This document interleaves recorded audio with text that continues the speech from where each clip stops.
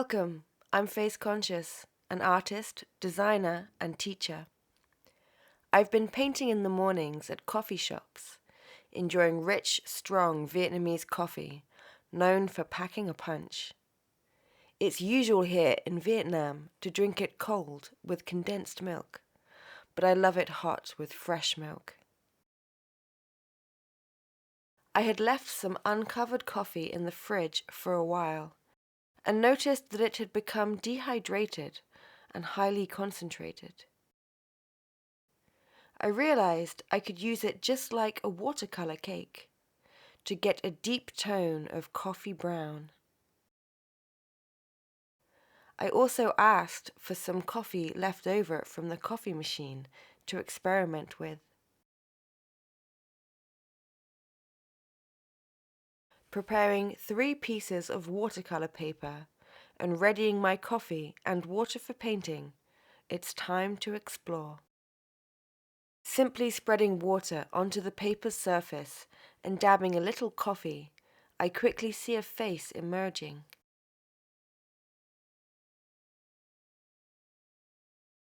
Is it a horse, a sheep, a goat?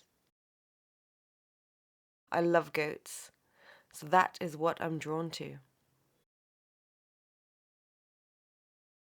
I have no reference, and I'm not familiar with goat drawing, but following intuition, I build up the coffee layers. I experiment with the finely ground coffee, adding clumps of it to see how it will turn out. Once it dries, I remove the coffee.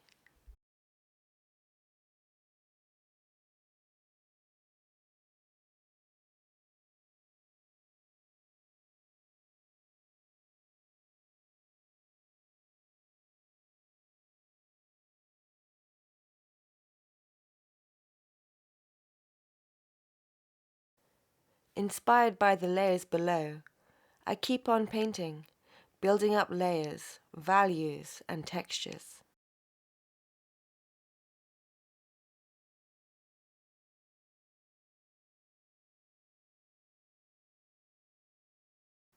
For the A4 paper, I spread the coffee granules all over, in a very relaxed and carefree way.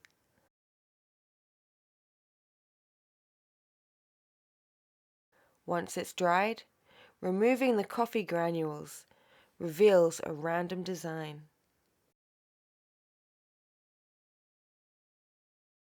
I have the feeling of waves, water, moving coffee, so I very randomly make shapes with the coffee. Allow it to dry, and with a black liner pen, add to the water and wave shapes.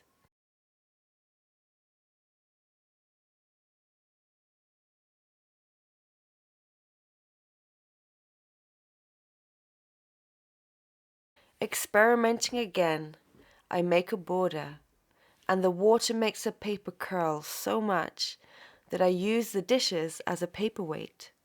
Off camera, I get the idea of using the dishes to make loads of overlapping coffee rings. The effect is cool, but the borders aren't dark enough for me. I made a cute doodle of a coffee cup and want to transfer the image. I use graphite from a pencil to cover the back of the design, lay the design where I want it, and use the pencil to trace the outline, forcing the graphite on the other side to make a mark on the watercolor paper.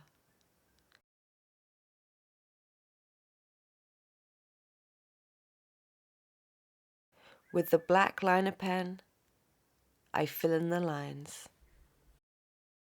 I've run out of the dehydrated coffee I was using, so I order another coffee, which is still a very dense, rich color, and add deeper tones to the background and shading on the cup and hearts to give the piece dimension. I absolutely love the patterns the coffee rings have left that show through.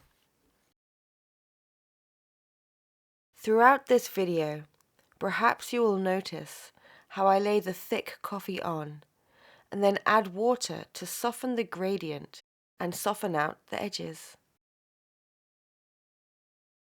I finish off the cute coffee cup, and they dry with the sunset. Using coffee is so much like using watercolor.